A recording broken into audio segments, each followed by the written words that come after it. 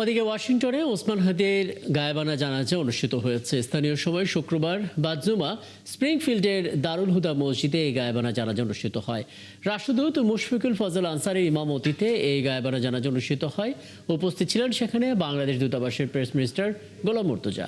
রাষ্ট্রদূত মুশফিক জানাজার আগে সংক্ষিপ্ত বক্তব্যে হাদিকে বাংলাদেশের স্বাধীনতা, সার্বভৌমতার, গণতন্ত্র রক্ষার সম্মুখ সারির যোদ্ধা উল্লেখ করেন। বিগত স্বৈরাচার বিরোধী আন্দোলনের সময় গড়ে ওঠা যুক্তরাষ্ট্রভিত্তিক অধিকার সংগঠন সেফ বাংলাদেশ আয়োজিত এই জানাজায় শরিক হওয়ার জন্য বাংলাদেশী সহ বিশ্বের বিভিন্ন দেশের মুসলিমদের প্রতি এবং অন্তর্বর্তীকালীন সরকারের পক্ষ থেকে কৃতজ্ঞতা প্রকাশ করেন রাষ্ট্রদূত মুশফিক।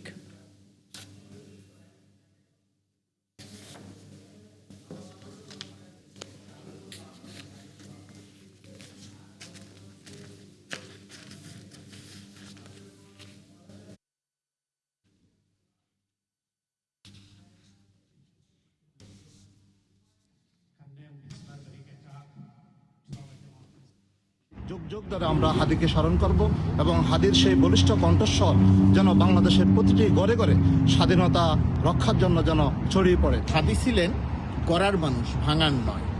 আমরা যে যেখানেই থাকি আমাদের এই নীতিটা যেন, হাদির নীতিটা যেন আমরা স্মরণে রাখি এবং আমরা যখন তাকে স্মরণ করব, আমরা যখন তাকে শ্রদ্ধা জানাবো, আমরা যখন তার প্রতি ভালোবাসা জানাবো, তখন হাদির কি নীতি ছিল সেটা যেন আমরা ভুলে না যাই।